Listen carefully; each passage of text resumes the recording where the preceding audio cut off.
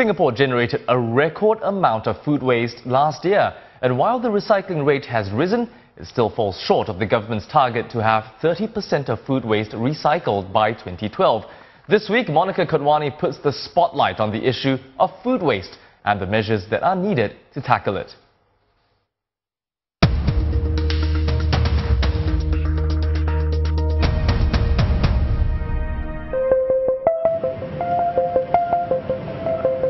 It's preparation time before the lunch crowd at the industrial area of Tai Seng flocks to Hei Sushi.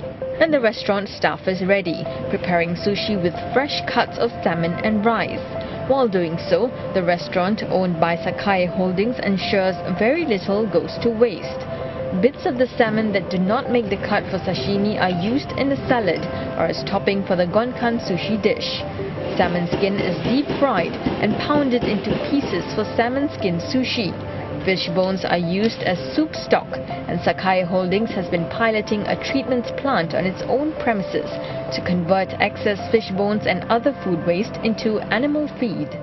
Managing food wastage need not be at the end part of the finished product, but actually as early as working with the farms. So while we go and understand how the farms are actually growing their fishes, the kind of fish feed that are being used for the fish, the kind of yield, because you get better yield, you actually get less wastage on the whole cycle of the fish. So understanding that portion all the way to how the cold supply chain is being managed, because if your cold supply chain is not robust, then you're going to get wastage as well, because there's some damaged goods or goods that are not usable. While companies like Sakai Holdings are at the forefront of efforts to reduce food waste, it's an issue that continues to plague Singapore as well as countries across the world. About 1/3 of all food is wasted from the moment it's produced to the time it's consumed. According to the United Nations, that's enough to feed 2 billion people. If it's not recycled, food waste ends up in landfills, where it produces methane, a greenhouse gas that contributes to climate change. Like most developed countries, Singapore's food waste comes from different sources: hotels, supermarkets, food manufacturers and restaurants. Last year, Singapore generated almost 800,000 tons of food waste, the highest in recent years.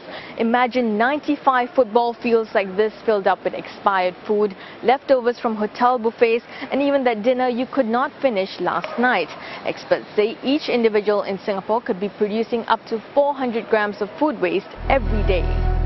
In 2012, an inter-ministry committee was established to explore ways of reducing food waste, and it came up with several recommendations. These included making it mandatory for large companies to report how much food they waste and conducting public outreach efforts, but these have yet to be implemented. The committee also commissioned a survey in September to understand consumer behavior and habits. Stakeholders like supermarkets say this is a good step. Last month, NTUC FairPrice came up with a framework to reduce food waste in its supermarkets. The supermarket chain estimates it generated 0.3% of the nation's total food waste last year. The bulk of it is fruit and vegetable waste.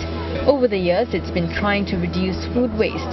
Prices of seafood and chilled meat are marked down on the second day on the shelf and disposed on the third if unsold. When it comes to choosing fruits and vegetables, you may be surprised at how some of your habits may result in food waste. For example, picking up this orange, pressing it to see if it's ripe, or even by smelling it, you may be damaging the look and feel of the fruit. And if it doesn't look good, chances are it will be left unsold and eventually disposed. To address this, supermarkets often pre-pack some fruits and vegetables. Since people are more likely to buy produce that looks good, the food you see on shelves has gone through what is known as cosmetic filtering. At NTUC FairPrice, staff trim vegetables to get rid of the leaves that are less pleasing to the eye. Those that can't be saved and remain unsold will be disposed of, even if they're still edible. This is something FairPrice wants to address. Going forward, maybe we may have a section, for example, where the fruits or the vegetables may not look so nice, but they're certainly very wholesome, and the prices, I think, should be different. And this way, again, instead of these being thrown away or disposed of, it can still be consumed. Even the things which need to be thrown away, what can be done of it? We, on our part, some of it can be channeled for animal consumption.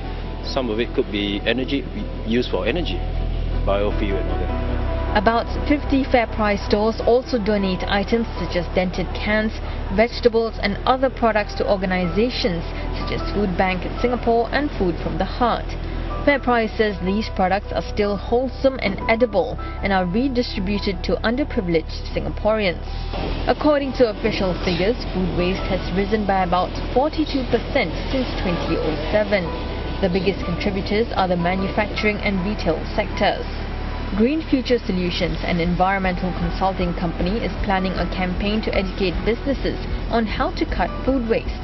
It's been running a similar campaign for households. Green Future says there is no pressure on companies to reduce their food waste, neither are there clear incentives to encourage them to do so. Currently, there's no legislation saying that they have to reduce food waste. They're not sort of penalized by the government for throwing away food. So that has to change. For a start, the Inter-Ministry Committee can look at perhaps setting out a cross-sector partnership or committee where they can get the private sector as well as NGOs together and set some targets, guidelines and look at some of the policies to reduce food waste. Singapore's recycling rate rose for the second consecutive year to 13% in 2013. But it's below the 30% target which Singapore was supposed to have reached by 2012. Mr. Tay says food manufacturers lack knowledge on how to sort waste and there are no clear recycling options for them.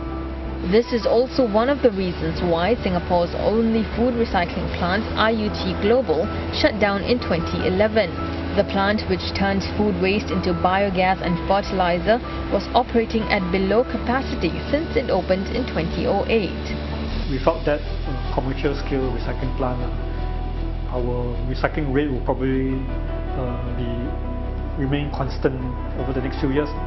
But if you look at the government's plan, they're going to set up an integrated waste management facility which should be ready by 2021-2024. The facility will generate biogas from food waste and sewage sludge. Downstream, the Singapore Environment Council launched an anti-food waste campaign last month, targeting individuals and households through this video. 阿哥，你食剩咁多飯菜，將來你未來老公冇面暗瘡頭皮啊！ Meanwhile, anti-food waste advocates say individuals can be empowered in simple ways to reduce food waste. For example, one could create a shopping list before stepping out of the house to avoid buying more than what's needed.